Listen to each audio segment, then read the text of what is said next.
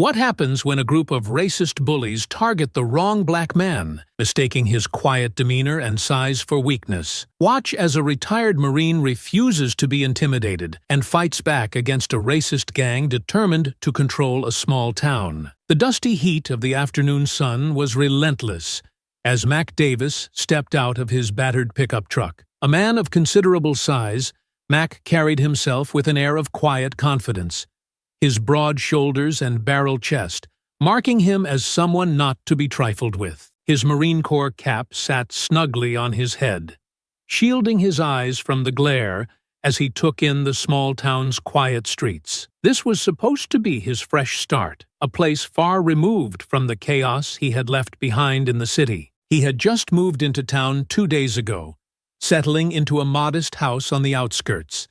His plan was simple: teach fitness at the community center, enjoy the peace, and let life slow down for once. But as Mac walked toward the diner at the edge of town, he couldn't ignore the subtle stares from passers-by. They weren't overtly hostile, but they lingered too long, their curiosity thinly veiling judgment. The diner itself was a relic of the past, with its neon open sign flickering against the backdrop of sun-bleached walls. Inside, it smelled of fried food and coffee, a mix that should have been comforting but felt oddly tense. Mac slid into a booth near the window, appreciating the quiet. The waitress, a middle-aged woman with tired eyes, approached cautiously, her smile polite but wary. "Coffee?"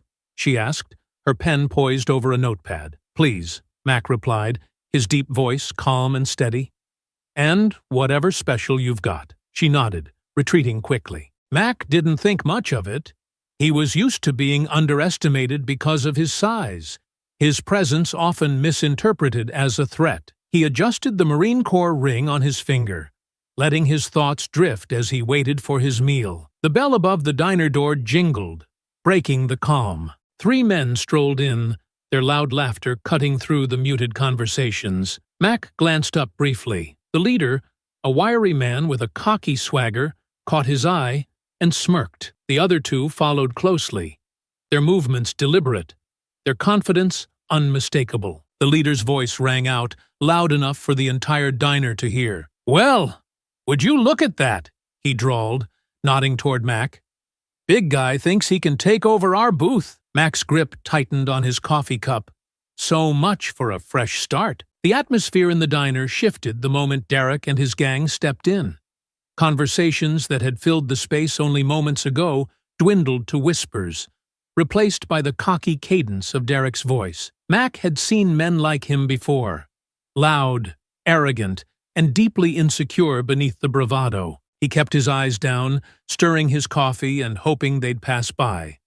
But luck wasn't on his side. Derek, wiry but quick on his feet, approached Mac's booth with exaggerated steps, his smirk growing wider with every stride. His 2 companions, Jake and Evan, trailed close behind, their grins matching Derek's like shadows, mimicking their master. The 3 men loomed over Mac's table, their presence casting an unwelcome shadow. "Hey, big guy," Derek said, his voice dripping with mockery. "Didn't know the circus was in town." Mac didn't look up, calmly taking another sip of his coffee.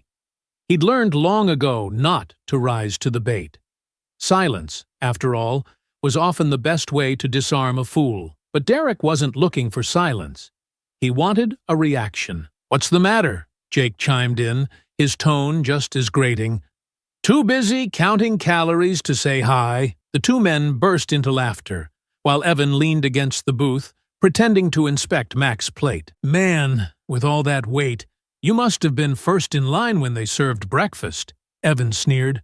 "Or maybe second, third, and fourth." Mac's jaw tightened, but he said nothing. He picked up his fork and cut into the diner's special, a chicken fried steak with mashed potatoes, and began eating slowly, deliberately. The calmness in his movements seemed to irritate Derek. "Hey, I'm talking to you," Derek snapped, slapping his hand on the table. The sound reverberated through the room, and a hush fell over the diner. Mac slowly raised his eyes, his expression neutral, though his grip on the fork betrayed a flicker of tension. I didn't realize this was your booth, Mac said evenly, his deep voice carrying a quiet authority. You want it? Take it. I'm just here to eat. Derek's smirk faltered for a moment, but he quickly recovered. Nah, I'm good standing right here. Gives me a better view of… He gestured vaguely at Mac's body. Whatever this is. Man, how do you even fit through doors? Jake and Evan burst into laughter again, nudging each other like schoolyard bullies. The waitress, standing by the counter, glanced nervously in their direction, but made no move to intervene. Mac set down his fork and leaned back in his seat, his eyes meeting Derek's for the first time. There was no anger in his gaze, only a quiet, simmering patience. Are you done? He asked simply. Derek's grin turned into a sneer. Done? Oh, not even close. I mean, come on. Look at you. Big guy like you, I bet you don't even work. Just sit around all day stuffing your face, huh? Jake added, Bet he's on disability or something. Probably milking the system. Mac's fingers curled into a fist under the table, but he forced himself to stay calm. His training had taught him restraint, to pick his battles wisely. This wasn't about him. It was about the small-mindedness of men who needed to tear others down to feel tall. He wasn't going to let them win by stooping to their level. Why don't you go sit down and enjoy your lunch? Mac said evenly, his voice calm but firm. This isn't going to end the way you think it will. Derek laughed, a harsh, grating sound that filled the diner. End? What's that supposed to mean? You threatening me, fat boy? Jake and Evan stepped closer, their grins fading into something more predatory. The air in the diner felt heavier now, charged with tension. A few patrons shifted in their seats, watching the scene unfold but doing nothing to intervene. The waitress disappeared into the kitchen, leaving Mac alone with the gang. Derek leaned in, his face inches from Mac's. I don't think you get it, Tubby. This is our town. You don't belong here.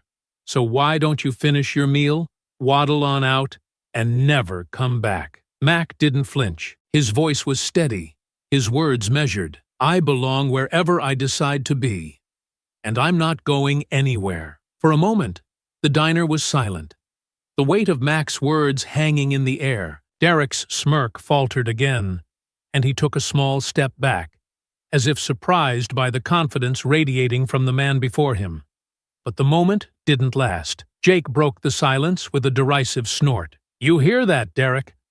Big guy's got a backbone. Let's see if it can hold up his weight. The laughter started again, louder this time, more aggressive. Mac's patience was wearing thin. He glanced at his plate, then at Derek and his crew, calculating his next move. This wasn't over. Not by a long shot. The tension in the diner was palpable. Every patron acutely aware of the unfolding confrontation, but unwilling to intervene. Derek stepped back just enough to survey the room, as if soaking in the silent approval of his audience. He turned his attention back to Mac, smirking as he tapped a finger on the table. You're new around here, aren't you? Derek asked, his voice dropping into a mockingly friendly tone. See? We don't get many like you in this town. Mac kept his gaze steady. Like me? He asked, his tone calm but edged with steel. Derek's smirk widened, his eyes scanning Mac from head to toe. Yeah, you know, big city types. Real different. You stand out. Don't take it the wrong way, though. It's just that people like you don't really, fit in around here. Jake leaned against the booth, crossing his arms with a smug grin. He means black. Don't worry, man. We'll spell it out for you if it's too hard to follow. Evan snickered, adding, Yeah, folks like you don't last long here. They always seem to pack up and leave real quick. Wonder why that is. The room felt smaller now, the walls closing in as their words hung in the air. Mac's grip on the edge of the table tightened, his knuckles whitening. He knew this wasn't about him personally. It never was. Men like Derek thrived on making others feel unwelcome, on reinforcing the idea that they had ownership over spaces that didn't belong to them. Mac let the silence linger, his calm demeanor unshaken. You're real brave with 3 of you and a crowd to cheer you on, he said finally, his voice low, but cutting through the room like a blade. Is this what you do for fun? Drive people out because you can't handle the thought of someone different? Derek's grin twisted into something darker. Nah, we just like keeping our town clean. Know what I mean? Can't have people like you lowering property values. Jake laughed loudly at that, slapping Derek on the back. Derek's doing this town a service. Call him a community leader. Evan, emboldened by their laughter, jabbed a finger toward Mac. Bet you don't even work. You probably came here looking for handouts. Let me guess. Disability checks? Food stamps? Maybe a little Section 8? Mac clenched his jaw but stayed seated, refusing to rise to their bait. His calm unnerved them, even if they didn't show it. Men like Derek wanted chaos. They thrived on it. They wanted him to explode, to give them an excuse to escalate. He wasn't going to give them that satisfaction. You don't know a thing about me, Mac said, his voice steady, his eyes locked on Derek's. But keep talking. You're telling me plenty about yourself. Derek's smirk faltered for a split second before he regained it, leaning closer again. Oh, we know enough. Guys like you don't belong here. You think you can just show up and… what? Pretend you're one of us? Nah. This is our town, our rules, and people who don't like it? Well, they figure it out real quick. Jake nodded in agreement. Yeah, we make sure of it. Ain't that right, Derek? Damn right, Derek said, straightening up and puffing out his chest. See, when people like you show up, we remind them they're not welcome. Some get the hint after a few days. Others need a little more persuasion. Mac's calm demeanor cracked just enough for a flicker of anger to show in his eyes. He'd faced ignorance and prejudice before, but this was something else. These men weren't just bullies. They were a system. A coordinated effort to keep people of color out of their town through fear and intimidation. What's the plan? Mac asked coolly. You think you're going to intimidate me into leaving? You're wasting your time. Jake chuckled, shaking his head. Man, you don't get it, do you? This isn't a choice. We've been here a long time. You're just passing through. It's best you remember that. Derek stepped even closer, his voice dropping to a growl. Or maybe you need a little demonstration to make it clearer. The threat was unmistakable, and the tension in the room reached a breaking point. The other diners looked on, their faces a mix of fear and resignation. No one moved to help. No one dared to intervene. You want to make your point? Mac asked, slowly standing from his booth. His full height dwarfed Derek, his broad frame cutting an imposing figure. Go ahead and try, but I'll warn you now, you won't like the outcome. Derek's bravado flickered, but Jake and Evan stepped in to back him up, forming a wall of overconfidence. The smirks returned, their arrogance unwavering. They thought they had him outnumbered, that their strength lay in their numbers. Derek cracked his knuckles. Let's see what you've got, fat boy. Mac didn't flinch. His stance was solid, his expression calm. This wasn't over. Not by a long shot. Derek smirked, stepping closer. What's the matter, big guy? You scared? Or are you just too slow to do anything about it? Jake and Evan flanked him, their postures tense but cocky, like predators toying with prey. The diner's silence was deafening. No one dared to speak, the few remaining patrons frozen in their seats. The waitress peeked out from behind the counter, her face pale. Mac's voice cut through the charged air. You boys have made a mistake. You don't want this fight. Derek laughed, a harsh sound that echoed off the diner's tiled walls. You hear that? Fat boy thinks he's gonna teach us a lesson. He turned to Jake and Evan. Maybe we should teach him a little respect first. Jake cracked his knuckles and moved in first. Respect, huh? Let's see how much you've got. The swing came fast but uncoordinated. Mac ducked easily, sidestepping the blow and twisting his torso to deliver a calculated shove to Jake's chest. Jake staggered backward, crashing into a booth, his breath coming out in a startled wheeze. The plates on the table rattled as he grabbed for balance. You've got one chance to walk away, Mac said, straightening up, his voice calm but firm. Take it. But Derek wasn't listening. Fueled by embarrassment and rage, he lunged at Mac with surprising speed, aiming a wild punch at his face. Mac blocked it with his forearm, his other hand shooting forward to push Derek off balance. The smaller man stumbled back, nearly tripping over a chair before catching himself. "You're gonna pay for that," Derek spat, his fists clenching. "Get him!" Evan hesitated.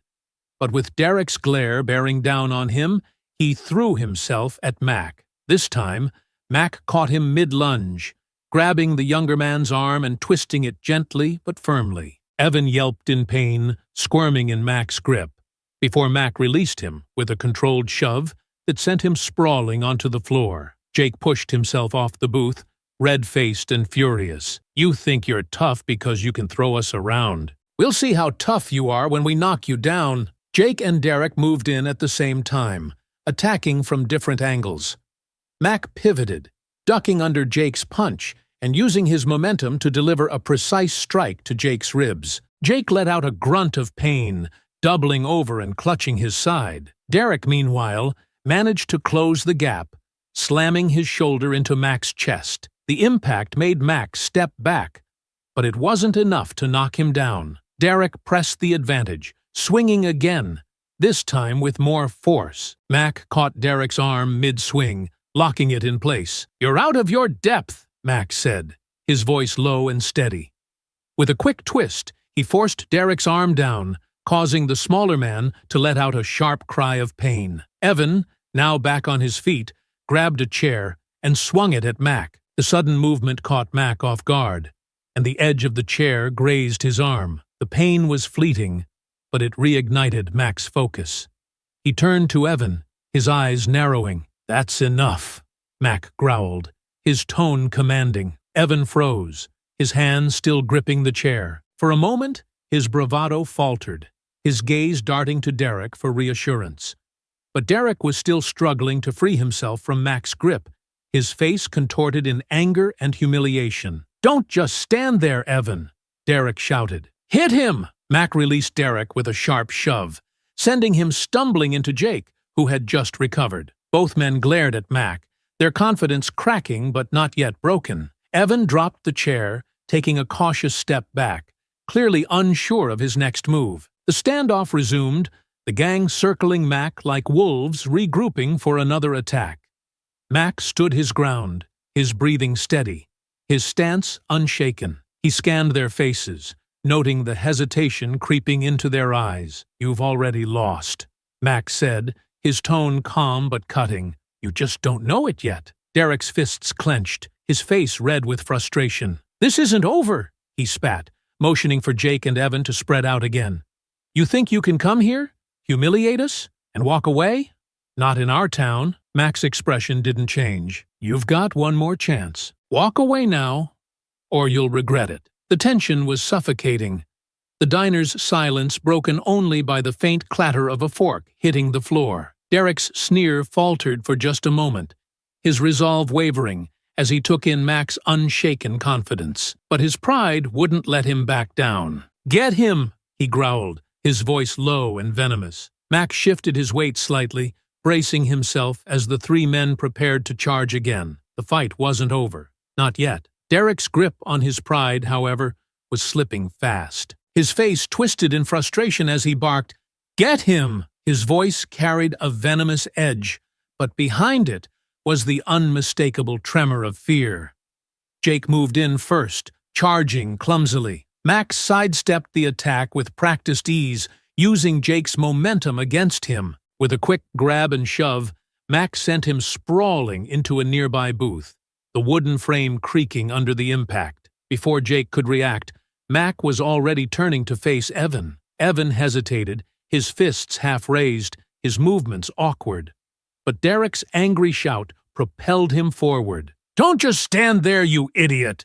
Derek snapped. Evan lunged, his aim desperate and uncoordinated. Mac intercepted him mid-swing, gripping his arm firmly. With a fluid motion, Mac twisted and redirected Evan into the side of a table. Plates and glasses clattered to the floor as Evan let out a yelp, clutching his ribs. Derek's fury boiled over. He came at Mac head-on, fists flying. Mac blocked the first strike, dodged the second, and stepped in close. Grabbing Derek by his shirt collar, Mac hauled him off his feet and slammed him into the wall. The impact sent a framed picture tumbling to the floor, and Derek's bravado shattered along with it. Mac's voice was low and controlled, but the weight of his words pressed on Derek like a vice. "You done yet?" Derek squirmed, his eyes darting around the diner for help. Jake staggered to his feet, holding his side, while Evan leaned heavily against a booth, his face pale. Both men looked at Derek, their confidence thoroughly dismantled. "This isn't over," Derek spat, his voice cracking as Mac released him. He stumbled but managed to stay upright. "We know where to find you." Jake nodded, his voice slurring as he added, "Yeah, you're done. You don't belong here." Evan muttered something unintelligible, his eyes darting between the door and Derek, clearly eager to flee. Derek glared at Mac one last time, his trembling hand pointing at him like a curse. "You'll regret this. You'll see." The gang turned and bolted for the door, their retreat clumsy and disorganized. Derek shoved the door open, and the bell jingled violently as they stumbled outside. "We'll make you pay," Derek shouted over his shoulder before disappearing down the street. Mac stood in the center of the wrecked diner, his breathing steady as the adrenaline coursed through him. He surveyed the damage, overturned chairs, shattered plates, and the stunned faces of the remaining patrons. The waitress peeked out from behind the counter, her face pale but her eyes filled with cautious admiration. "Are you okay?" she asked hesitantly, her voice trembling. "I'm fine," Mac replied, his deep voice calm but firm. "Call the police." "I already did," she said. "They're on their way." Moments later, the wail of sirens cut through the tension, growing louder until 2 patrol cars pulled up in front of the diner. The officers stepped inside, their eyes darting from the wreckage to Mac. One officer, tall and stocky with a buzz cut, approached him cautiously, his hand resting on his holstered weapon. "What happened here?" the officer asked, his tone clipped and professional. Mac crossed his arms over his chest, meeting the officer's gaze steadily. "I defended myself." The waitress stepped forward, her voice hurried. "It wasn't his fault. Those guys, Derek and his friends, they started it. They've been causing trouble around here for years." The officer's expression hardened slightly at the mention of Derek's name, but he didn't relax. "You're new in town, right?" he asked Mac. Mac nodded. "Just moved here." The officer exchanged a glance with his partner, a younger man who looked uncomfortable as he surveyed the scene. "Derek's known to us," the first officer said cautiously. "But you seem to have made quite an impression." Mac's jaw tightened. He could hear the unspoken skepticism in the officer's tone, the subtle implication that the new guy must have done something to provoke the gang. "I didn't start this," Mac said firmly, "but I finished it." The waitress nodded vigorously. "He's telling the truth. Derek and his crew came in, started harassing him, and wouldn't stop. They've done this before. To other people." The officer sighed, running a hand over his buzzed hair. "Yeah, we've heard complaints about them. Hard to get anything to stick, though." Mac narrowed his eyes. "You're telling me they've been doing this for years, and no one stopped them?" The officer shifted uncomfortably. "We do what we can, but people around here don't like to talk. Derek's family has connections." Mac's gaze didn't waver. "Connections or not, they just threatened me." "You planning to do something about that?" The officer hesitated, then gestured toward the damage.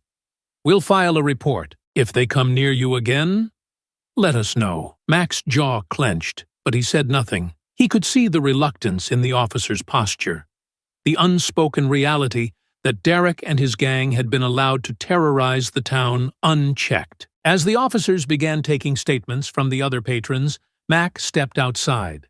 The cool air hit his face as he stood on the diner's steps, his thoughts racing. Derek's threats echoed in his mind. "We know where to find you." This wasn't over.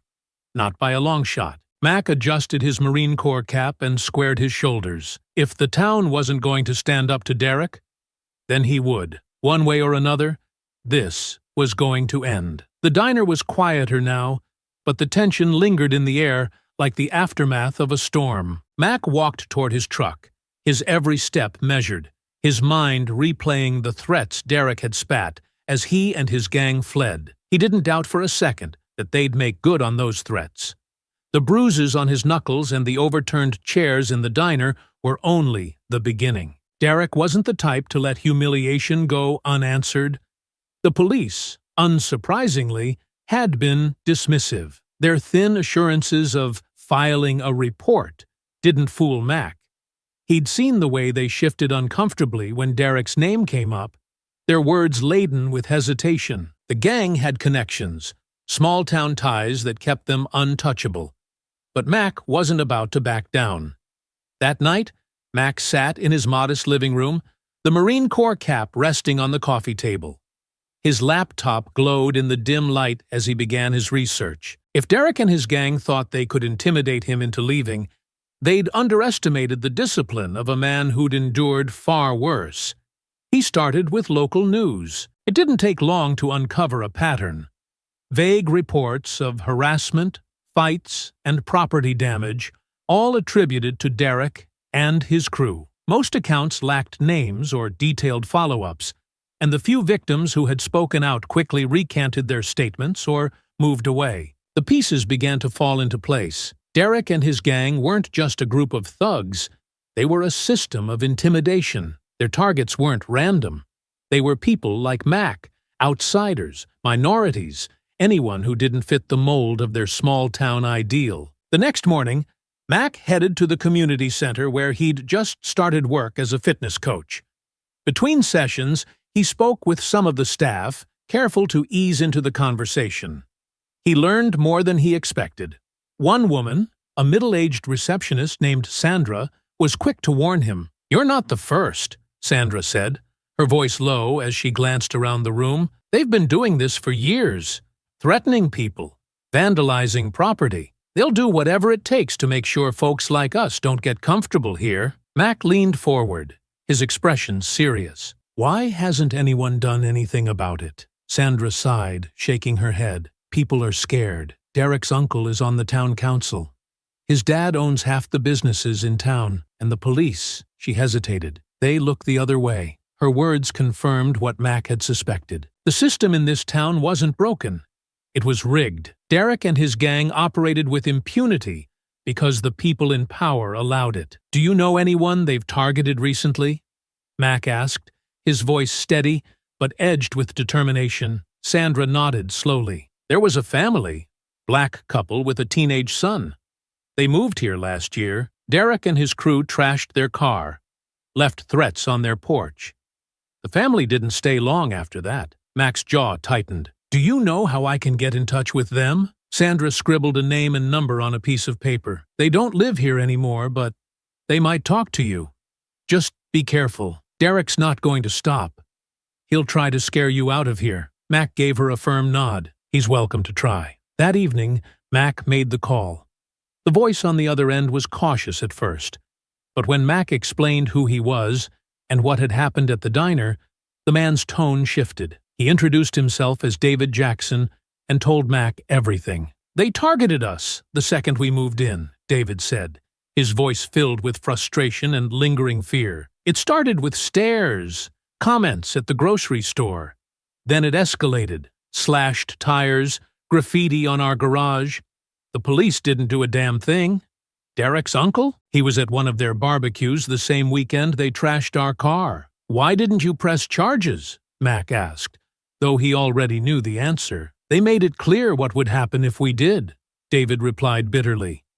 "We've got a kid. We couldn't take the risk." The conversation left Mac more determined than ever. Derek and his gang thrived on fear, using it to keep their victims isolated and silent. But Mac wasn't going to be intimidated. He wasn't going to run. He spent the next few days gathering more evidence, speaking to others who had been targeted, and documenting everything meticulously. Each story painted a damning picture of a town that had allowed Derek and his crew to terrorize anyone who didn't fit their narrow definition of belonging. Mac also made a point to keep an eye on his surroundings. Derek and his gang weren't idle. They'd driven by his house twice that week, their loud laughter carrying through the night air. But Mac didn't flinch. If they were going to come for him, he'd be ready. As the days passed, Mac's plan began to take shape. He wasn't just going to defend himself, he was going to dismantle Derek's operation piece by piece, and this time, the town would have no choice but to pay attention. The evening air was crisp as Mac stood in his driveway, The faint glow of the town's streetlights casting long shadows. The past few days had been a whirlwind of whispers, cautious conversations, and pieced-together stories. Derek and his gang weren't just bullies. They were predators, and the town had allowed them to thrive. Mac wasn't going to let that continue. He began his plan by focusing on the weakest link, Evan. The young man had been visibly shaken during the diner confrontation, his reluctance to escalate evident even when Derek barked orders. Evan didn't strike Mac as someone who wanted this life, just someone too scared to leave it. The opportunity came the following evening. Mac waited near the auto parts store where Evan worked, his truck parked inconspicuously nearby. When the lights inside dimmed and the lock clicked on the door, Mac approached. Evan froze when he spotted Mac stepping into the light. "What? What do you want?" Evan stammered, his voice cracking. "To talk," Mac said calmly, stopping a few feet away. His large frame loomed, but his tone remained steady, almost reassuring. "You've got a chance to do the right thing. Walk away from this." Evan laughed nervously, his hand fumbling with his keys. "You don't know Derek. You don't know what he'll do." "I know exactly what he'll do," Mac replied, "because I've dealt with men like him before, and they always fall. The only question is, are you going down with him?" Evan's shoulders slumped slightly. He glanced around the empty lot, then back at Mac. "What do you mean? Tell me everything you know. What he's done, where he operates, who's helping him." Mac's voice was firm, but not aggressive. "You're scared of him, and I get that. But Derek's not going to protect you when this blows up in his face. You don't want to be standing next to him when it happens." Evan hesitated, the silence stretching between them. Finally, he nodded. "Okay," he muttered. "But you didn't hear it from me." The information Evan gave Mac opened the door to a much larger picture. Derek wasn't just targeting individuals. He and his gang had terrorized minority-owned businesses, vandalized properties, and threatened families to force them out of town. Worse, Derek's father, a wealthy local businessman, was quietly funding campaigns and keeping key figures in town on his payroll to shield his son. Mac pieced it all together, compiling every detail into a growing dossier. He spoke to more people who had been targeted, each story fueling his determination. Most were hesitant at first, glancing nervously over their shoulders as they talked. But Mac's presence, his quiet resolve, gave them courage. There was a black family who moved in 2 streets over. A neighbor whispered to him one afternoon. They only lasted a month. Derek and his friends smashed their car windows, spray-painted their garage. The police didn't do a thing. Another man at the community center shook his head bitterly as he recounted his story. "I run a small shop. Derek's crew started hanging out by my storefront, scaring off customers. I tried to file a complaint, but, well, nothing came of it." Mac documented it all. Each interview, each photo, each detail painted a damning picture of a town held hostage by fear and silence. One evening, Mac attended a town council meeting. He sat quietly in the back, blending into the crowd as the council discussed mundane issues, funding, infrastructure, and upcoming events. But when the floor opened for public comments, Mac stood. "My name is Mac Davis," he began, his deep voice carrying through the room. "I've only been here a short time, but I've seen enough to know this town has a problem." He held up a thick folder of evidence, his gaze sweeping over the council members. "For years, a group of individuals has been terrorizing residents, harassing businesses, vandalizing homes, and driving families out. And it's been allowed to continue because of silence." The room grew uncomfortably quiet. One of the council members, an older man with a stiff posture, shifted in his seat. "This isn't just about a group of bullies," Mac continued. "It's about a system that's protected them. I've spoken to people who've been targeted, people too afraid to come forward, but that fear ends now. I've sent this to the press, and I'll make sure it gets to the right authorities." Mac's gaze landed on a man sitting near the end of the table, Derek's uncle. The man's face was pale, his fingers tapping nervously on the desk. Mac didn't need to say his name. The implication was clear. I'm not here to scare anyone, Mac finished. I'm here to make sure this stops, one way or another. The murmurs in the room grew louder as Mac stepped back, his presence lingering like a storm cloud. He didn't wait for a response. He'd said what needed to be said. The next night, as Mac stepped out of his truck in his driveway, headlights appeared down the street. A familiar car screeched to a halt, and Derek, Jake, and Evan spilled out, their faces twisted with anger. "You think you're smart?" Derek shouted, storming toward Mac. "You think you can ruin us?" Mac stood his ground, his hands loose at his sides. "I don't have to ruin you," he said calmly. "You've done that yourself." Jake cracked his knuckles, his voice shaky but loud. "You're dead, old man. This is our town." Evan lingered behind, his eyes darting nervously. Derek's glare snapped him out of it, and he stepped forward reluctantly. "You made your choice," Mac said, his voice low.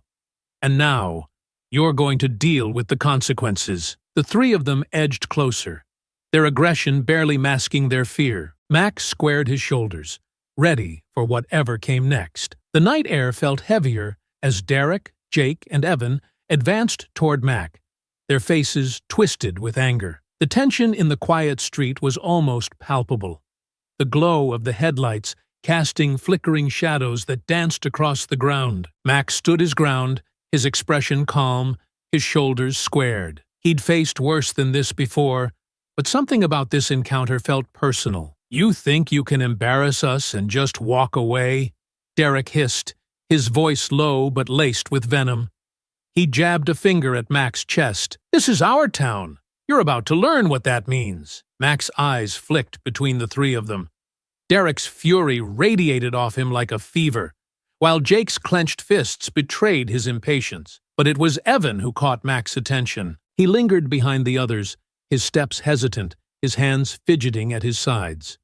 There was fear in his eyes, not the same bravado-fueled rage as Derek and Jake, but a genuine uncertainty about what was about to happen. "You don't have to do this," Mac said, addressing Evan directly. His voice was steady, carrying a weight of authority. "Walk away now, and you won't regret it." Evan's lips parted as if to reply, but Derek's glare silenced him. "Don't listen to him," Derek snapped. "He's bluffing. He's nothing." Jake surged forward first, his boots slamming against the pavement as he closed the distance. His punch came wide and fast, aiming straight for Mac's jaw. But Mac was ready. He sidestepped the swing with practiced ease, grabbing Jake's wrist and twisting it sharply. Jake cried out, his body twisting involuntarily, as Mac forced him off balance and sent him tumbling to the ground with a shove. Derek lunged next, aiming low in an attempt to tackle Mac. The move was clumsy, fueled by desperation rather than skill. Mac planted his feet and braced, catching Derek by the shoulders and driving a knee into his stomach. Derek gasped, the air rushing out of him as he staggered backward, clutching his midsection. "You're out of your depth," Mac said, his voice calm but firm. He stepped back, giving them a moment to reconsider. "Don't make this worse for yourselves." Jake scrambled to his feet, shaking his head as he rubbed his wrist. "You think you're tough because you got lucky?" he spat. "We'll see how tough you are when we're done with you." Evan took another step back, his eyes darting nervously between Mac and Derek. Maybe we should just leave," he muttered, his voice barely audible. "What did you say?" Derek snapped, straightening despite the pain evident in his posture. His glare burned into Evan. "You're not chickening out now. Get in there." Evan hesitated, his hands trembling as he took a halting step forward.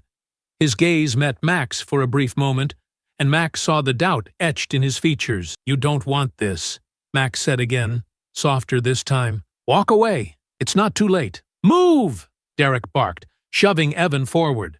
But Evan froze, his body refusing to follow orders. His hesitation gave Jake the opening he needed to rush Mac again. This time, his attack was more coordinated, his fists aiming low to avoid Mac's guard. Mac shifted, blocking the blows with his forearms, but Jake's momentum drove them closer to the side of the truck.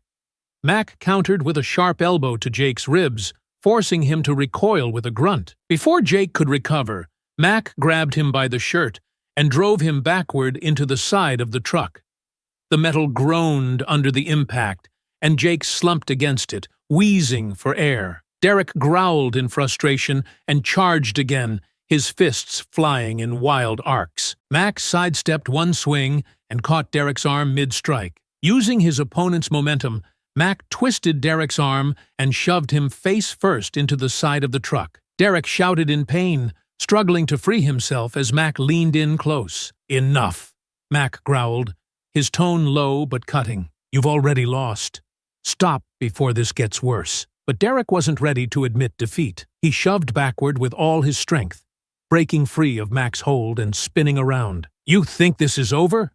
Derek spat, his face red with fury. "We'll show you what happens when you mess with us." Evan remained frozen a few feet away, his hands half raised in an indecisive gesture. "Guys, maybe we should just—" "Shut up, Evan!" Derek barked, his glare snapping to his youngest accomplice. "If you're too scared, just stay out of the way." Jake groaned, pushing himself off the truck and clutching his side. "We're not done yet," he muttered, his voice low but defiant. The fight paused momentarily, the air thick with tension as the gang regrouped. Mac stood in the center, his breathing steady, his eyes scanning their movements. He could see Derek's pride battling with his survival instincts, his fists clenched tightly as he debated his next move. "This is your last chance," Mac said, his voice carrying the weight of finality. "Walk away." Derek wiped the corner of his mouth, his lips curling into a snarl. "Not a chance." And with that, the fight reignited. Derek surged forward with renewed desperation, his movements reckless but filled with fury. Jake flanked him, clutching his ribs but forcing himself upright. Their combined charge forced Mac to shift quickly, his body moving with the precision of someone who'd faced far worse adversaries. Derek swung first, aiming a wild right hook at Mac's head. Mac ducked low, his foot pivoting as he stepped inside Derek's reach. With a sharp, controlled strike to Derek's chest, Mac sent him reeling backward, gasping for air. The blow wasn't meant to maim. It was calculated to remind Derek who he was dealing with. Jake capitalized on the opening, rushing in from the side. This time, he was smarter, aiming low with a driving punch toward Mac's gut. But Mac anticipated the move, sidestepping and catching Jake's wrist mid-swing. With a powerful twist, Mac forced Jake to his knees, eliciting a pained grunt. "You're too predictable," Mac said, his voice calm yet cutting. Jake squirmed, trying to pull free, but Mac shoved him away with a calculated push. Jake tumbled into a parked car, the impact rattling the vehicle. He slumped to the ground, groaning, his earlier bravado completely gone. Derek recovered enough to grab a metal pipe lying near the truck. He gripped it tightly, his knuckles white as he swung it wildly. Mac dodged the first strike, the pipe whistling through the air just inches from his head. The second swing came lower, but Mac sidestepped again, his movements fluid and precise. On the third swing, Mac stepped forward, closing the distance between them. He grabbed the pipe with one hand and yanked it free from Derek's grip. The force of the motion sent Derek stumbling forward, off balance. Mac spun the pipe once in his hand before tossing it aside with a loud clang that echoed in the stillness of the street. "You need more than a weapon to take me down," Mac said, his tone unwavering. And even then, it wouldn't be enough. Derek's face twisted with rage, but the hint of fear in his eyes betrayed him. He lunged again, his fists swinging wildly, but his movements were sloppy and uncoordinated. Mac blocked each strike with ease, his forearms absorbing the blows like they were nothing. Then, with a calculated uppercut, Mac sent Derek sprawling to the ground. Derek lay there for a moment, clutching his jaw as he glared up at Mac. His breath came in ragged gasps, his earlier confidence shattered. "You done?" Mac asked, his voice steady, almost casual. But before Derek could answer, Jake pushed himself off the ground and charged once more. His steps were sluggish, his body clearly battered, but his pride pushed him forward. Mac caught him mid-charge, planting a firm hand on Jake's chest and shoving him backward. Jake stumbled, tripped over the curb, and landed flat on his back, groaning. Evan stood frozen near the truck, his hands hovering indecisively. His eyes darted between his two fallen companions and Mac, the fear in his expression palpable. "Evan," Mac said, his voice softer now, though it still carried the weight of authority, "you don't have to be a part of this. Walk away." Evan swallowed hard, his trembling hands lowering slightly. I don't want this," he muttered, his voice barely audible. "Then leave," Mac said. "Now." Evan hesitated for only a moment longer before nodding. He took a shaky step backward, then another, before turning and jogging away into the night. Derek, still lying on the ground, shouted after him. "Coward!" Derek spat, his voice hoarse. "You're dead, Evan! You hear me?" Mac's attention returned to Derek as he crouched down, his large frame looming over the gang leader. "You've been beaten," Mac said, his tone cold and deliberate. "Take the loss. Walk away. Don't make this worse." Derek's glare burned with humiliation, but he didn't move to attack again. Slowly, he pushed himself up, his movements stiff and pained. He glanced at Jake, who was still sprawled on the curb, and cursed under his breath. "You'll regret this," Derek said, his voice trembling but full of venom. "We know where you live. This isn't over." Mac stood tall, his expression unchanging. "Try it," he replied evenly, "and you'll see just how over it is." Derek grabbed Jake's arm, hauling him to his feet. Together, they limped down the street, their voices low as they muttered curses and threats. Mac watched them go, his chest rising and falling steadily as the adrenaline coursed through his veins. He didn't relax until the street fell silent once more.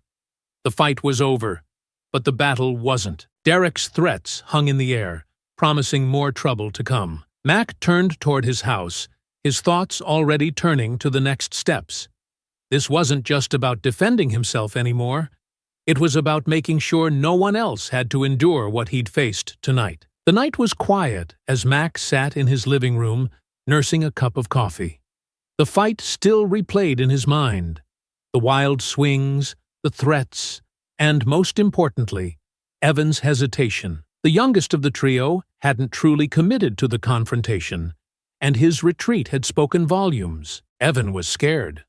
Not of Mac, but of Derek. Mac leaned back in his chair, his gaze fixed on the ceiling. If Derek and his gang were going to be dismantled, it wouldn't be by brute force alone. Fear had kept the town silent for too long. Mac needed someone on the inside, someone who could reveal everything. And he knew just who that someone was. The next morning, Mac parked his truck near the auto parts store where Evan worked. He waited patiently, his marine instincts kicking in as he observed the building. When Evan finally stepped out, shoulders hunched and a wary glance darting around, Mac made his move. "Evan!" Mac called, his voice calm but firm. Evan froze mid-step, his head snapping toward Mac. His wide eyes betrayed his nerves as Mac approached, his hands held out in a non-threatening manner. "I'm not here to hurt you," Mac said, stopping a few feet away. "I just want to talk." Evan hesitated, his gaze shifting toward his car as though considering a quick escape. "What do you want?" he asked, his voice barely above a whisper. "You know what I want," Mac replied. "I want the truth. About Derek, about everything he's done, and I think you want to give it." Evan laughed nervously, shaking his head. "You don't get it. Derek will kill me if I talk." Mac's expression didn't waver. "And what happens if you don't? You think he's going to protect you when this falls apart? Or do you think he'll use you as a scapegoat?" Evan flinched, his hands clenching into fists. "You don't know what you're asking. He's connected. His dad, his uncle, they own this town." "They don't own me," Mac said firmly. "And they don't own you either. You have a chance to do the right thing, to walk away from this." Evan looked down at the ground, his shoulders slumping. "You don't understand," he muttered. "I didn't want any of this. I didn't have a choice." "You do now," Mac said, stepping closer. His voice softened, but it still carried an edge of determination. "You've seen what Derek's done to this town, to those families he's driven out. Do you really want to be a part of that? Or do you want to fix it?" Evan swallowed hard, his gaze flicking back up to meet Mac's. "What are you asking me to do?" "Tell the truth," Mac said, Confess to everything. Work with me to bring him down." Evan hesitated, his body trembling as he wrestled with the weight of the decision. Mac stayed silent, giving him the space he needed to think. Finally, Evan nodded. "Okay," he whispered. "But if I do this, you have to promise me he won't come after me." "You have my word," Mac said. "You're doing the right thing." Later that evening, Evan sat nervously at Mac's dining table, his hands gripping a cup of coffee as though it were a lifeline. Mac sat across from him, a recorder placed between them. "Just start from the beginning," Mac said. "What Derek's done. Who's been involved. Everything." Evan took a deep breath and began to talk. The words came slowly at first, but once he started, they poured out like a flood. He described how Derek and Jake had recruited him, using intimidation and promises of protection. He detailed the vandalism, the threats, the families they had driven out. He explained how Derek's father and uncle had helped cover up their actions, using their influence to silence complaints and quash investigations. Mac listened intently, his jaw tightening as the full scope of the gang's operation came to light. This wasn't just a group of thugs. It was a network of power and fear, entrenched in every corner of the town. By the time Evan finished, he looked exhausted, his shoulders sagging as though a great weight had been lifted from him. "What now?" he asked quietly. "Now we take this to the right people," Mac said. "The press, the authorities, anyone who will listen, and we make sure they can't ignore it." Evan nodded, his expression conflicted but resolute. "Okay, just promise me you'll keep me out of this as much as you can." "I'll do my best," Mac said. "But you need to be ready. Derek's not going to go down quietly." Evan swallowed hard but nodded again. "I'm in." That night, Mac reviewed the recording, his mind racing with the possibilities. With Evan's confession, he had enough to start breaking Derek's hold on the town. But this was only the beginning. The fight wasn't over, and Mac knew the hardest part was still to come. As he shut off the recorder and leaned back in his chair, a faint smile crossed his face. For the first time, it felt like the tide was starting to turn. The morning sun cast long shadows across Mac's living room as he prepared for the next phase of his plan. Evan's confession was a goldmine of information, a roadmap detailing Derek's operation and the web of intimidation, fear, and corruption that kept it running. But a confession alone wasn't enough. Mac needed to turn the town against Derek, to make sure no one could ignore the truth anymore. His first stop was the office of Eric Martin, a local journalist who had earned a reputation for poking around in the town's quieter corners. Eric was young, maybe late 20s, and his nervous energy was evident as Mac stepped into his modest office. "You again," Eric said, standing from his desk. "What's this about now?" Mac placed a folder on Eric's desk and tapped it once. "This is about the truth. You want a story that matters? Here it is." Eric opened the folder and scanned the pages, his brows furrowing deeper with every line. His hand paused when Mac handed him a recorder. "What's this?" "Evan. He's confessed everything. Vandalism, threats, Derek's connections, all of it. Play it." Eric hesitated, then pressed the play button. Evan's shaky voice filled the room, recounting incident after incident. Mac watched as the journalist's face shifted from cautious curiosity to disbelief, and, finally, anger. Eric stopped the recording and leaned back in his chair. "This is big." "It's more than big," Mac said. "This is your chance to expose what's been happening here. People need to know they're not alone, that Derek and his crew can't keep running this town." Eric nodded slowly, his earlier hesitancy melting away. "I'll need to fact-check some of this, but if it holds up, I'll run it.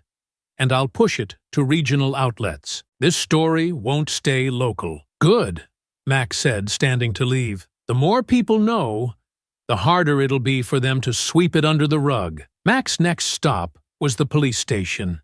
He'd seen their indifference before, but this time he wasn't walking in empty-handed. With a copy of Evan's confession and a detailed summary of Derek's activities, Mac intended to force their hand. The desk officer, a man in his 40s with a tired face, looked up as Mac approached. "Can I help you?" "I need to speak to someone in charge of investigations," Mac said firmly. After a moment of hesitation, The officer nodded. A few minutes later, Mac was seated across from Detective Collins, a grizzled man whose skeptical gaze rested heavily on the folder Mac slid across the desk. "This better be good," Collins muttered as he opened the folder. "It's more than good," Mac said. "It's proof." Collins flipped through the pages, his expression unreadable. "Evan Knight, huh?" he said, stopping at the transcript of the confession. "He's one of Derek's boys." "Not anymore," Mac replied. "He's ready to testify." Collins leaned back, crossing his arms. "You've got a lot here, but you know how this works. Evidence doesn't mean much if the people pulling the strings are still in power. That's why I came to you," Mac said, his voice steady. "If you want to do your job, you've got what you need. If not, I'll take this to someone who will." Collins's jaw tightened, but after a moment, he nodded. "Leave this with me. I'll see what I can do." As Mac left the station, he knew the detective's response wasn't a guarantee, but it was a step forward, and that was enough for now. The ripple effect of Evan's confession started quickly. Within days, whispers turned into murmurs, and murmurs became full conversations. People began talking, quietly at first, then more boldly, about what they'd endured at the hands of Derek and his crew. Mac walked through town and saw the change.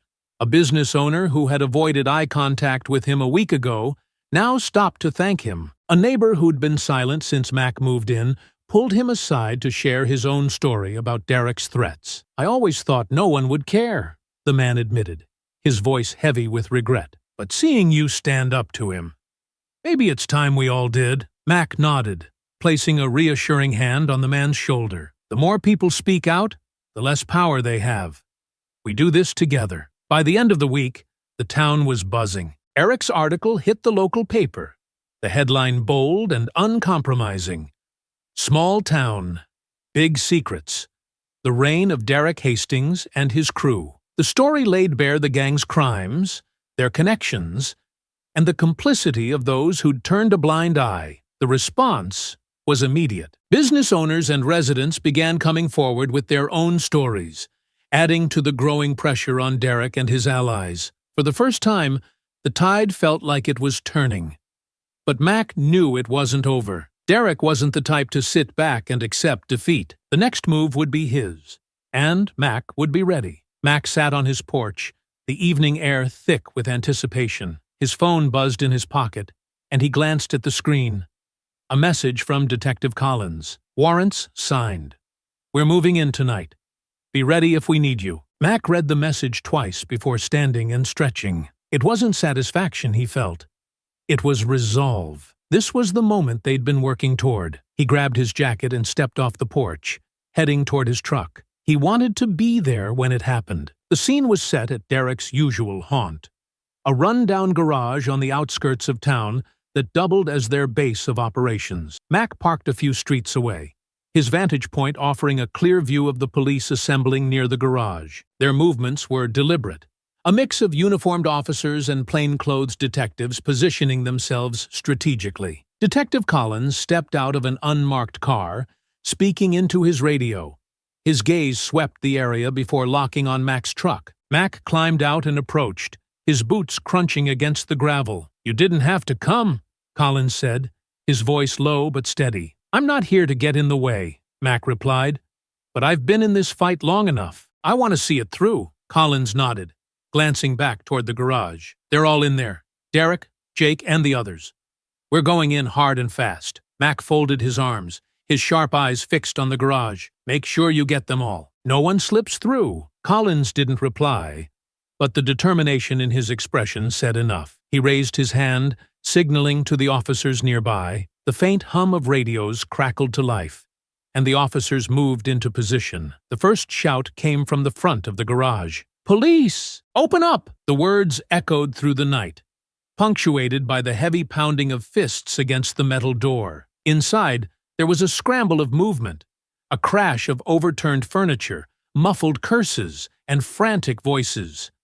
Mac stood back, his muscles tensing as he watched the scene unfold. The door finally gave way with a loud clang, and officers poured into the building, their voices commanding and sharp. "Hands up! Get on the ground!" From his vantage point, Mac saw Derek stumble out of the shadows, his hands half raised as his eyes darted wildly around the room. The bravado was gone, replaced by panic. Jake followed, his face pale, his shoulders hunched as he dropped to his knees without resistance. Two other men hesitated, their hands hovering mid-air, before an officer barked another order. "Down! Now!" Mac shifted his stance, watching closely as Derek tried to regain some semblance of control. "You don't know who you're messing with," Derek shouted, his voice cracking as officers moved in to cuff him. "You think this will stick? My dad's already making calls. You're all dead." Collins stepped into the frame, his expression calm but unyielding. "Your dad's not here, Derek, and no one's listening to him anymore." Derek glared at him, his face twisting with rage.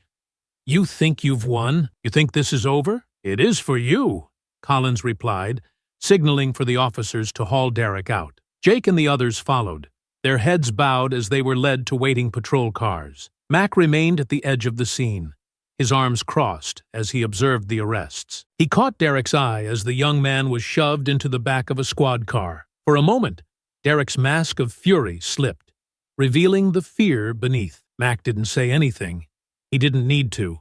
His presence alone was enough. Collins approached, wiping his brow as the officers began securing the scene. "That's all of them," he said, his tone edged with exhaustion. "Good," Mac replied, his gaze still on the patrol cars. "Now make it count.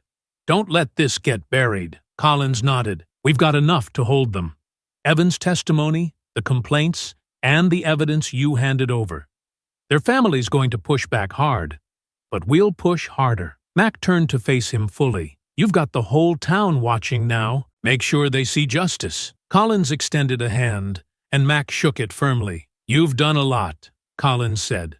"More than most. I just did what needed to be done," Mac replied. As the patrol cars drove away, their flashing lights cutting through the darkness, Mac let out a slow breath. The arrests were a step forward, but the fight wasn't over. Derek's family still held sway in the town, and there would be fallout. But for now, the tide had turned. Mac walked back to his truck, his mind already turning to the next phase. Derek's reign of terror was over, but Mac wouldn't rest until the entire system that enabled him was dismantled. The sun rose over the town the next morning, bathing the streets in golden light. But for many, the day was anything but ordinary. The arrests of Derek and his gang had sent ripples through the community, and the fallout was immediate. Mac stood at the edge of the diner parking lot, watching the morning crowd shuffle in. Conversations buzzed around him, their tones hushed but urgent. "You hear about Derek?"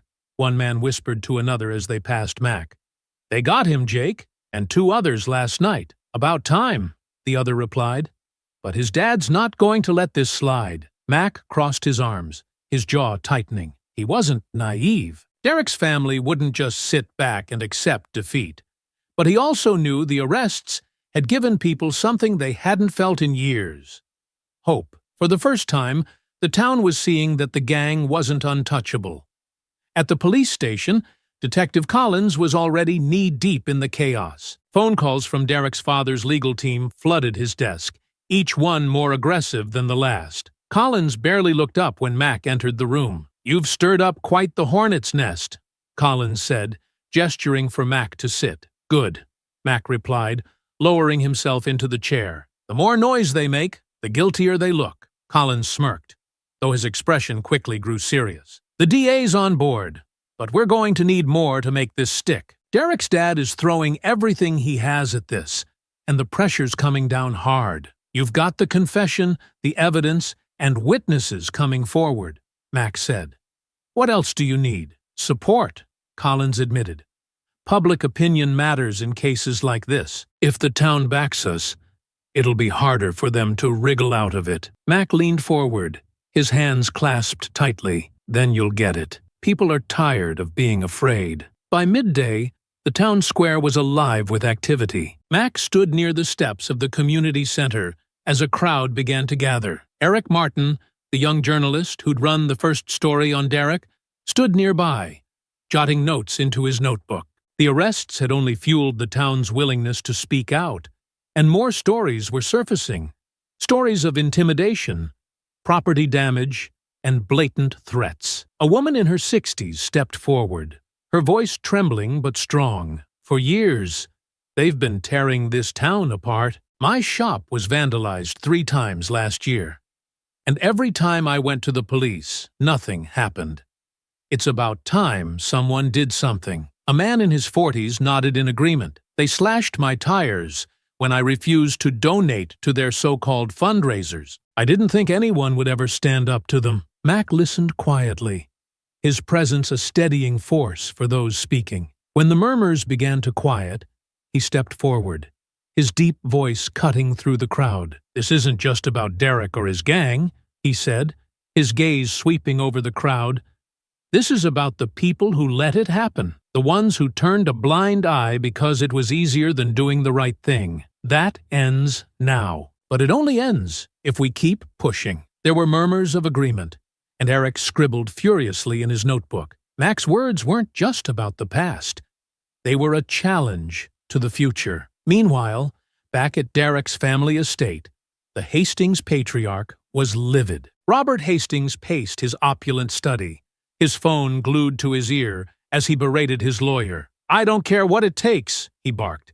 "Get my son out of that cell and find out who's behind this. No one embarrasses my family like this and gets away with it." Derek sat in a chair nearby, his arms crossed and his face pale. The swagger he'd carried so effortlessly was gone, replaced by unease. "They can't keep us in there," he muttered, more to himself than to his father. "Dad'll fix it." But Robert's threats and bribes were hitting a wall. The growing public pressure, combined with the mounting evidence, was making it harder for even him to manipulate the situation. And for the first time, Derek was beginning to understand that his father's influence might not be enough. By the time evening fell, the town was buzzing with renewed energy. People were talking openly now, their fear replaced by determination. Mac returned to his porch, watching as neighbors walked past with nods of gratitude or quiet smiles. For years, they'd been silenced by fear. Now, their voices were growing louder. Detective Collins arrived just as the streetlights flickered on. He stepped out of his car, his expression weary but resolute. "Thought you'd want an update," he said, joining Mac on the porch. "What's the word?" Mac asked. "We've got Derek and Jake locked up. The other 2 are being processed," Collins said. "The DA's confident, but we're not out of the woods yet. Derek's father is pushing hard." Mac nodded slowly. "Let him push. He'll only dig the hole deeper." Collins smirked faintly, glancing at the quiet street. "You really lit a fire under this town." "They lit it themselves," Mac replied. "I just gave them a reason." Collins clapped him on the shoulder before heading back to his car. Mac stayed on the porch, his gaze fixed on the horizon. The battle wasn't over, but for the first time, it felt like the town had a fighting chance. And he wasn't going to stop until it was won. The tension in the town grew thicker with each passing day. Derek's arrest had shaken the status quo, but the Hastings family wasn't taking it lying down. Rumors spread like wildfire. Stories of bribes, backroom deals, and veiled threats aimed at shutting down the investigation. Mac knew this wasn't just about Derek anymore. It was about dismantling the power his family wielded over the town. The morning after Collins's update, Mac received a call from Eric Martin, the journalist who had been documenting everything. "You're going to want to see this," Eric said, his voice urgent. "Hastings is making his move." "What kind of move?" Mac asked, already pulling on his boots. "Press conference at City Hall," Eric replied. "He's going on the offensive." The crowd outside City Hall was larger than Mac had anticipated. Dozens of reporters, residents, and a few council members gathered around a makeshift podium. At the center of it all stood Robert Hastings, his tailored suit and silver hair gleaming under the midday sun. Flanked by a team of lawyers, he radiated confidence, his posture commanding as he approached the microphone. "Ladies and gentlemen," Robert began, his voice calm but heavy with authority. "This past week has been a shameful display of overreach and baseless accusations. My son, Derek, has been wrongfully accused, and I will not stand idly by while his reputation is dragged through the mud. The crowd murmured, a mix of support and skepticism rippling through the onlookers. Mac stood near the back, his arms crossed, his expression unyielding as he listened. Robert continued, his tone sharpening. These so-called charges are part of a smear campaign orchestrated by outsiders who don't understand this town or its people. My family has dedicated generations to this community, and we will not be intimidated by false narratives. Mac's jaw tightened. The spin was blatant, but it was working. Some members of the crowd nodded in agreement, their loyalty to the Hastings name still intact. Mac stepped forward slightly, catching Eric's eye. The journalist was furiously scribbling notes, his brow furrowed. And to those who think they can use fear to undermine us, Robert added, his voice rising, know this, we will fight back, and we will win. As the press conference ended, Mac moved quickly through the dispersing crowd to where Eric was standing. They're doubling down, Mac said, his tone low but firm. They're trying to control the narrative, Eric replied, tucking his notebook into his bag. But people are starting to question them. Did you see the looks on some of the council members' faces? They're rattled. Mac nodded. Good. Now, we need to keep the pressure on. Eric glanced around before leaning in closer. There's more. I've been digging into the council's records.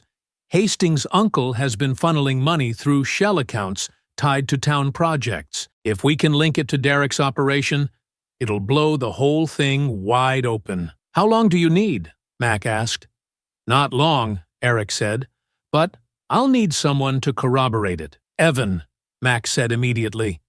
He's already confessed to everything else. If he knows about the money, he'll talk. That evening, Mac met with Evan at the community center.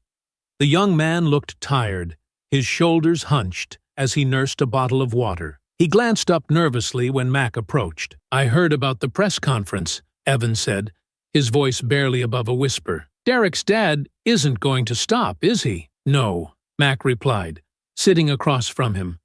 But neither are we. Evan's eyes flicked to the ground, his hands fidgeting with the bottle. What do you need from me? Eric found something, Mac said. Money trails linked to town projects. If Derek's dad and uncle are involved, we need you to confirm it. Evan hesitated, his jaw working as he weighed his options.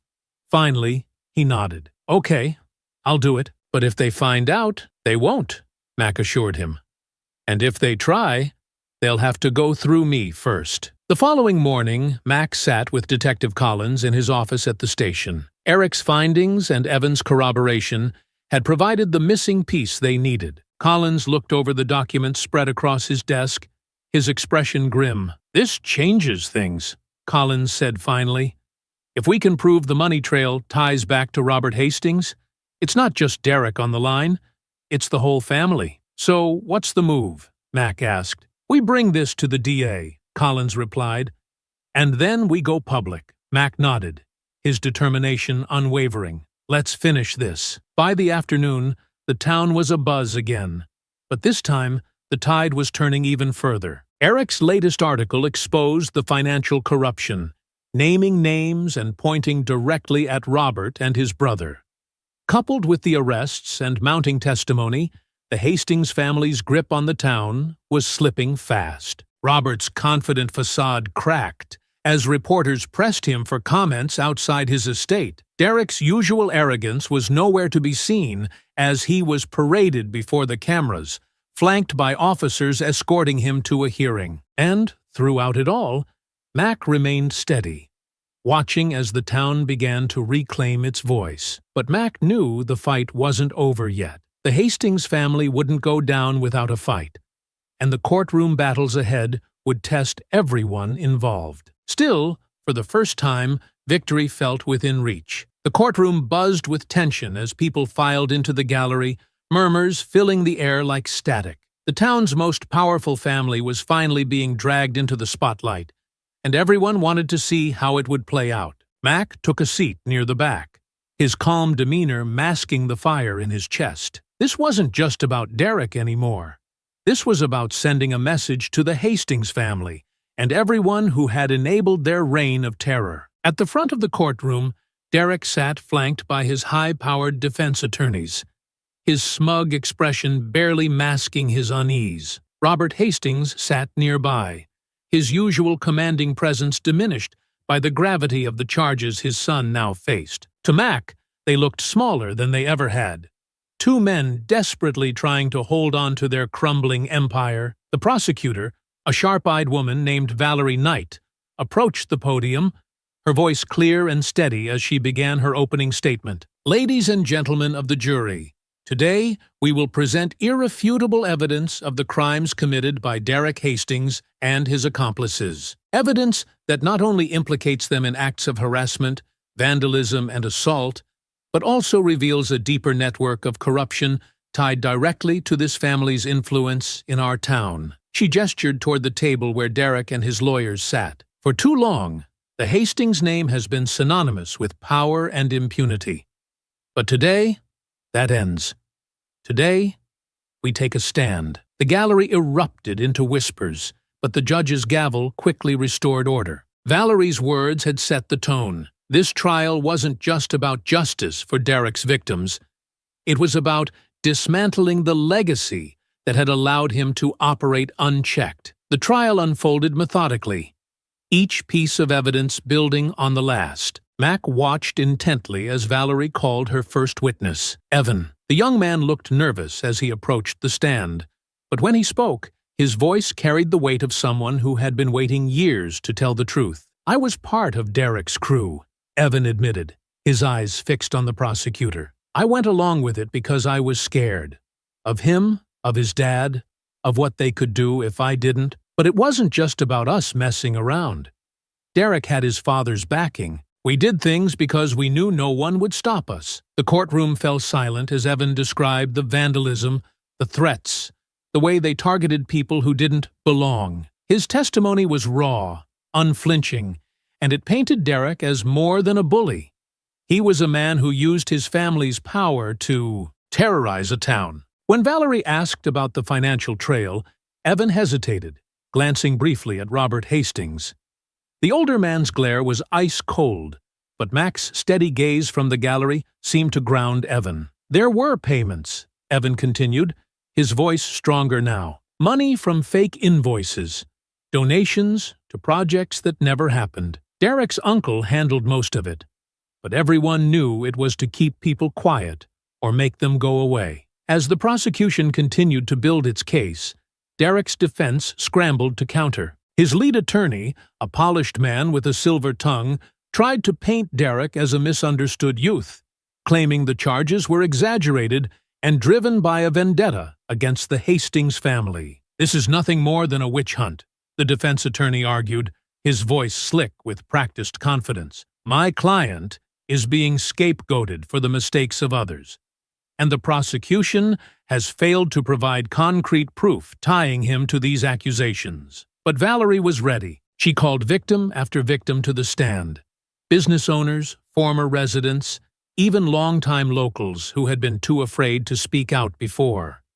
Each testimony was another nail in Derek's coffin, and with every word, the gallery grew more restless. When it was Mac's turn to testify, the courtroom seemed to hold its breath. He walked to the stand with the same calm, unyielding presence he had carried throughout the entire ordeal. Valerie's questions were direct, focusing on his role in exposing Derek's crimes. "You provided evidence to the police," Valerie said. "What motivated you to take that step?" Mac's gaze swept over the gallery before settling on Valerie. "Because someone had to," he said simply. This town had been living under their shadow for too long. People were scared, but they shouldn't have to be.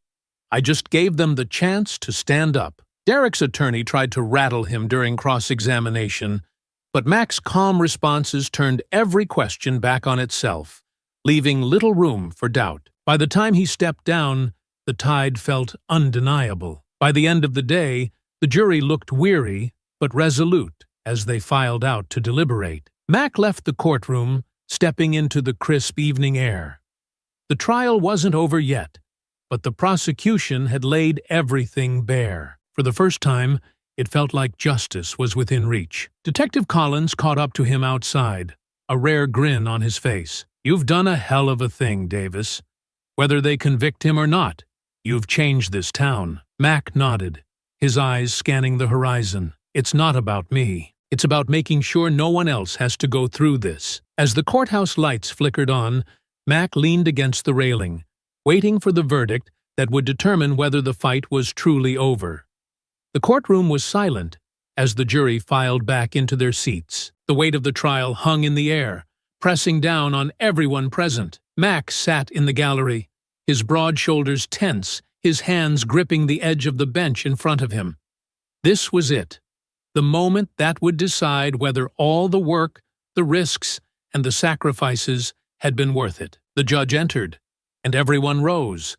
Once seated again, the foreperson of the jury stood, holding the verdict in her hands. She looked calm but pale, as though the gravity of what she was about to announce had weighed on her heavily. "On the charge of harassment," she began, her voice clear but steady, "we find the defendant, Derek Hastings, guilty." A collective murmur rippled through the gallery, quickly silenced by the judge's gavel. Mac exhaled slowly, but didn't move. The foreperson continued. "On the charge of vandalism, we find the defendant, Derek Hastings, guilty." Derek's face was a mask of anger and disbelief. His lawyers whispered furiously in his ear, but he batted them away, his expression darkening with each word from the foreperson's mouth. "On the charge of assault, we find the defendant, Derek Hastings, guilty." The tension in the room broke like a dam. Quiet cheers and muffled gasps of relief rippled through the gallery. Mac leaned back in his seat, his eyes steady on Derek, who now sat slumped, his head in his hands. The sentencing followed shortly after. The judge, an older man with a stern gaze, looked over the courtroom as he prepared to deliver the punishment. "Derek Hastings," he said, his voice firm and unyielding, "your actions have caused harm not only to individuals, but to the very fabric of this community. The evidence presented against you is overwhelming, and the testimonies of your victims paint a picture of a man who believed himself untouchable. That ends today." Derek stared at the floor, his jaw clenched, as the judge continued. "For the charges of harassment, vandalism, and assault, you are hereby sentenced to 12 years in prison, with no possibility of parole for the first 8. Additionally, you are ordered to pay restitution to your victims, as outlined by the prosecution." A gasp went up from Derek's mother, who sat in the front row. Robert Hastings, seated beside her, looked as though he'd been struck. His face was pale, his lips pressed into a thin line, but his eyes burned with quiet fury. Mac caught his gaze for a brief moment before Robert turned away. Jake and the other accomplices faced lesser charges, but their sentences were harsh enough to ensure they wouldn't return to their old ways anytime soon. Jake received 5 years, while the other 2 got 3 each. As they were led from the courtroom, Mac noticed how much smaller they seemed now, their swagger and confidence drained. But it wasn't just the gang-facing consequences. The prosecution had already begun laying the groundwork for financial investigations into Robert Hastings and his brother. While they hadn't been formally charged yet, their business dealings were now under intense scrutiny, and the weight of public opinion was beginning to shift. Outside the courthouse, the crowd had grown. Reporters jostled for space, their microphones and cameras pointed at anyone who might give them a soundbite. Mac stepped out into the chaos, his presence drawing attention almost immediately. "Mr. Davis," one reporter called out, pushing a microphone toward him. "What do you have to say about the verdict?" Mac paused, his expression calm but resolute. "Justice was served today," he said simply. "But this isn't just about one man or one trial. It's about making sure no one else has to live in fear in this town. And we're not done yet." The reporters peppered him with more questions, but Mac pushed through the crowd, his focus on the people who mattered most. A group of business owners and residents who had come to support the trial stood near the courthouse steps, their faces a mix of relief and determination. "You did it," Sandra said, stepping forward. Her smile was small but genuine. "You gave this town a chance to fight back." "We all did," Mac replied. "This was never about just me." As the crowd began to disperse, Mac felt a hand on his shoulder. He turned to see Detective Collins, his usual gruff demeanor softened by the faintest hint of a smile. "Not bad, Davis," Collins said. "Not bad at all." "It's not over," Mac replied, his tone even. "The Hastings family still has a lot to answer for." Collins nodded. "True. But today was a start. You should take a minute to enjoy it." Mac gave a small nod, though he knew there was still work to be done. The Hastings family's influence might be weakened, but it wasn't gone. Still, for the first time, the town had hope. And that was enough. That night, Mac sat on his porch, the stars overhead shining brighter than they had in weeks. The fight wasn't over, but the battle had been won. For the first time, the town felt like a place worth fighting for. And as long as there was work to be done, Mac knew he'd be there to see it through. The days following the trial were quieter than Mac expected. The town had changed, though not entirely. It was more like a wound that had started to heal. Derek and his crew were behind bars, and the Hastings family's influence was under a spotlight it couldn't avoid. People moved differently now. There was still caution, but there was also something else: hope. Mac stood in the community center's small gym, resetting a bench after finishing his routine. Across the room, Sandra and a few others chatted near the bulletin board, their voices lighter than he'd ever heard them. Notices for town meetings, small business fairs, and even a celebration of resilience event peppered the board. A far cry from the fear and silence that had once stifled this place. Sandra approached as Mac wiped his hands on a towel. "You're staying, aren't you?" she asked, her tone casual, but the question carried weight. Mac looked at her, then glanced around the room.